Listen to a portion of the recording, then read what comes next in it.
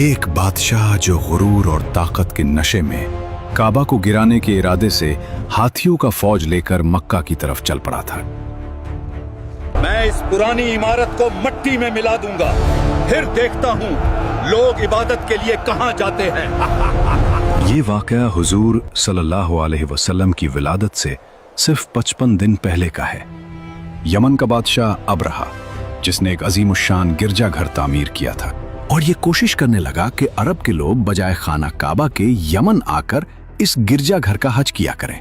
जब मक्का वालों को ये मालूम हुआ तो कबीला किनाना का एक शख्स गैज़ और गज़ब में जल भून कर यमन गया और वहां के गिरजाघर की सख्त तौहीन की, उसे नापाकी से आलूदा कर दिया। जब अबरहा ने ये वाकया सुना तो वो तैश में आपे से बाहर हो गया। उस पुरानी इमारत का इतना एहतराम मेरे इस शानदार महल से ज्यादा, आज हम उस दीवार को मिटा देंगे जिस पर अरब नाज करते हैं। जाओ, लश्कर को तैयार करो। एक खौफनाक लश्कर मक्का की तरफ बढ़ा। हर कदम के साथ जमीन कांप रही थी और खाना काबा को ढाने के लिए हाथियों की फौज लेकर मक्का पर हमला कर दिया। बचाओ, हमें बचाओ, इस कहर से बचाओ। और उसकी फौज के अगले दस्ता ने मक्का वालों के तमाम ऊंटों और दूसरे मवेशियों को छीन लिया। इसमें 200 या 400 ऊंट अब्दुल मुत्तलिब के थे। आका, अब हम कैसे ऊंट वापस लाएंगे? आप फिक्र मत करो। अब्दुल मुत्तलिब को इस वाकया से बड़ा रंज पहुंचा। हजरत अब्दुल मुत्तलिब ने फैसला किया कि वो खुद उस जालिम बादशाह से मुलाकात करेंगे। अब मुझे खुद वहां जाना होगा और अपने ऊंट वापस छुड़ाने होंगे। चनाचे आप इस मामले में गुफ्तगू करने के लिए उसके लश्कर में तशरीफ ले गए। जब अबरहा को मालूम हुआ कि कुरैश का सरदार उससे मुलाकात करने के लिए आया है तो उसने आपको अपने खैमा में बुला लिया। उसे खैमे में बुलाओ। और जब अब्दुल मुत्तलिब को देखा कि एक बुलंद कामत, रौबदार और निहायत ही हसीन और जमील आदमी है, जिनकी पेशानी पर नूर नबुव्वत का जाहो जलाल चमक रहा है, तो सूरत देखते ही अबरहा मरूब हो गया और बेइख्तियार तख्ते शाही से उतरकर आपकी ताज़ीम व तकरीम के लिए खड़ा हो गया और अपने बराबर बिठाकर दरियाफ्त किया कि कैसे सरदार कुरैश, यहाँ आपकी तशरीफ आवरी का क्या मकसद है? अब्दुल मुत्तलिब ने जवाब दिया, मैं यहाँ आपसे जंग करने नहीं आया हूँ। हमारे ऊंट और बकरियां जो आपके लश्कर के सिपाही हाँक आए हैं, और आप उन सब मवेशियों को हमारे हवाले कर दीजिए। ऐ सरदार कुरैश, मैं तो ये समझता था कि आप बहुत ही हौसलामंद और शानदार आदमी हैं, मगर आपने मुझसे अपने ऊंटों का सवाल करके मेरी नजरों में अपना वकार कम कर दिया। ऊंट और बकरी की हकीकत ही क्या है? मैं तो आपके काबा को तोड़ फोड़ कर बर्बाद करने के लिए आया हूं। आपने इसके बारे में कोई गुफ्तगू ही नहीं की। मुझे तो अपने ऊंटों से मतलब है। काबा मेरा घर नहीं है, बल्कि वो खुदा का घर है। वो खुद अपने घर को बचा लेगा। मुझे काबा की जरा भी फिक्र नहीं है। ये सुनकर अबरहा अपने फिरौनी लहजे में कहने लगा, ऐ सरदार मक्का, सुन लीजिए, मैं काबा को ढाकर उसकी ईंट से ईंट बजा दूंगा और रोए जमीन से उसका नामो निशान मिटा दूंगा, क्योंकि मक्का वालों ने मेरे गिरजा की बड़ी बेहुरमती की है। इसलिए मैं इसका इंतकाम लेने के लिए काबा को मस्मार कर देना जरूरी समझता हूँ। फिर आप जाने और खुदा जाने, मैं आपसे सिफारिश करने वाला कौन?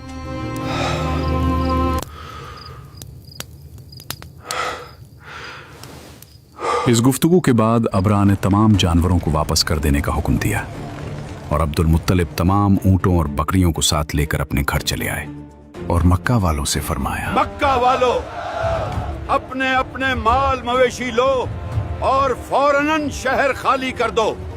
इस जालिम का लश्कर किसी भी वक्त पहुंचने वाला है।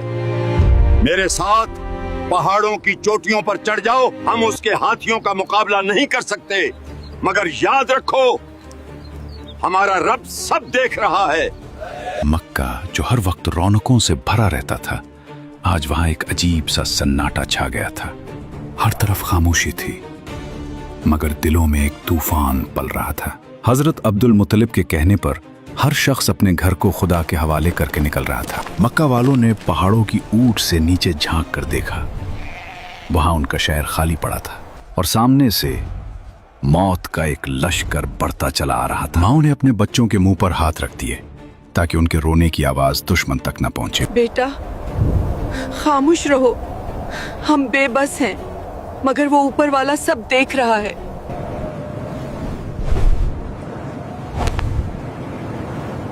इंसान जा चुके थे, अब सिर्फ खुदा बाकी था।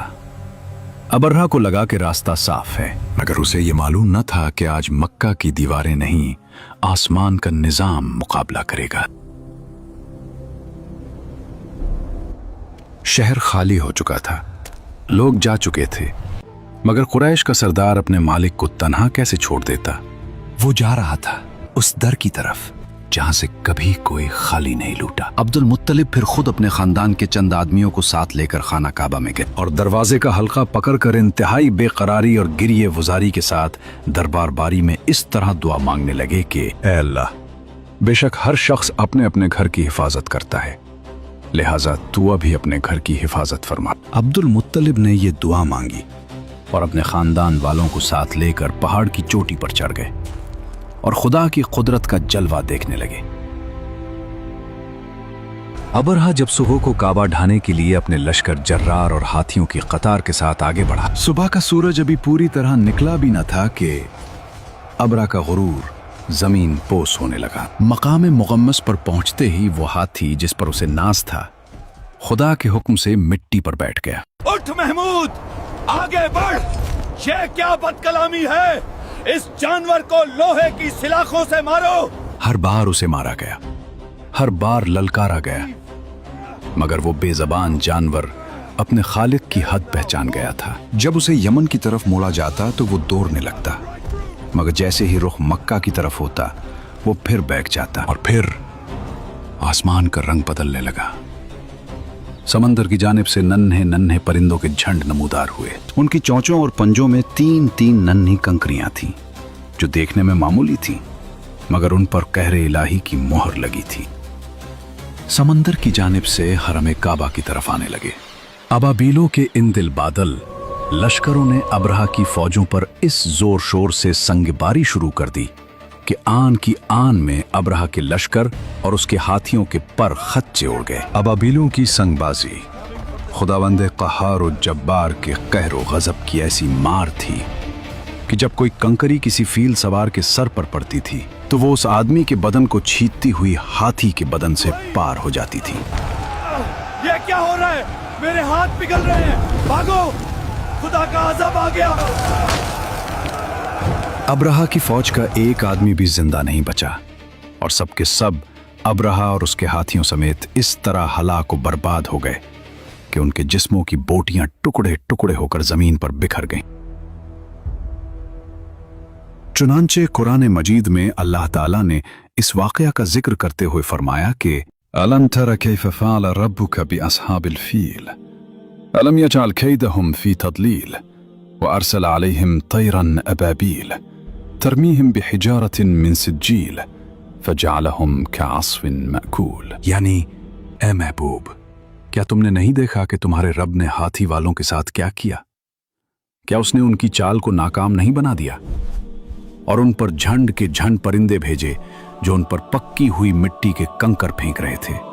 बस अल्लाह ने उन्हें चबाए हुए भूसे की तरह कर दिया। जुल्म का सूरज डूब चुका था और तकब्बुर मिट्टी में मिल गया था। वो घर जिसे दुनिया तन्हा समझ रही थी, आज उसके मालिक ने उसे कयामत तक के लिए सरबुलंद कर दिया था।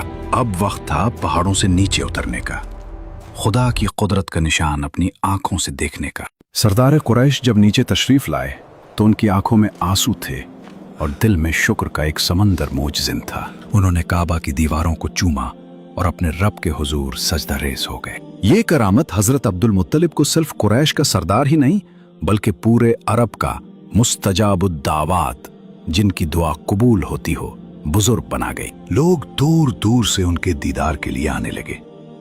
हर शख्स जान गया था कि ये वो अजीम हस्ती है जिस पर आसमान की खास नजर करम है। अब्राहा का लश्कर मिट्टी में मिल चुका था।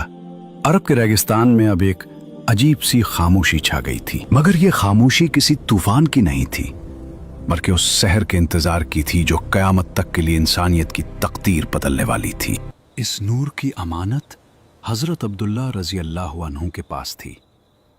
वो अब्दुल्ला जो कुरैश के सबसे लाडले और हसीन नौजवान थे। चूंकि उनकी पेशानी में नूर मोहम्मदी अपनी पूरी शान और शौकत के साथ जलवागर था।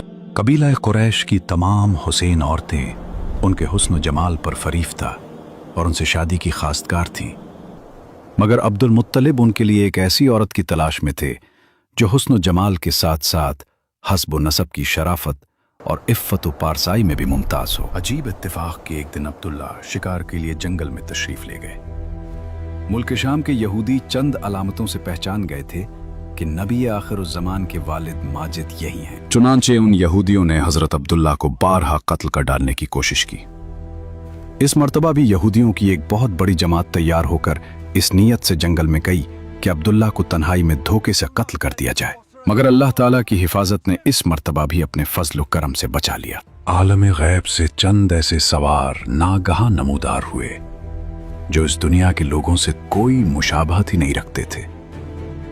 उन सवारों ने आकर यहूदियों को मार भगाया और अब्दुल्ला को बहिफाजत उनके मकान तक पहुंचा दिया। वहब बिन मुनाफ भी उस दिन जंगल में थे और उन्होंने अपनी आंखों से ये सब कुछ देखा, इसलिए उनको अब्दुल्ला से बेइंतहा मोहब्बत और अकीदत पैदा हो गई और घर आकर ये अज़्म कर लिया कि मैं अपनी नूरे नज़र आमना की शादी अब्दुल्ला ही से करूं। चुनाचे अपनी इस दिली तमन्ना को अपने चंद दोस्तों के जरिए उन्होंने अब्दुल मुत्तलिब तक पहुंचा दिया।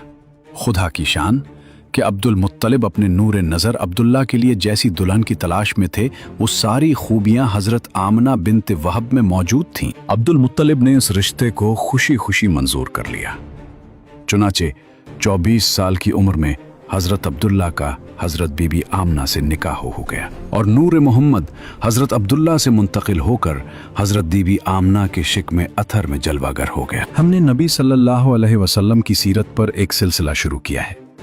इसके अगले हिस्से में एपिसोड नंबर 2 में हम हजरत अब्दुल्ला रजी अल्लाह अन्हु और सैयदा आमना रजी अल्लाह अन्हा के निकाह के बाद हुजूर अलैहिस्सलाम की विलादत का पुरनूर वाक़या बयान करेंगे। अगर आप अगला एपिसोड देखना चाहते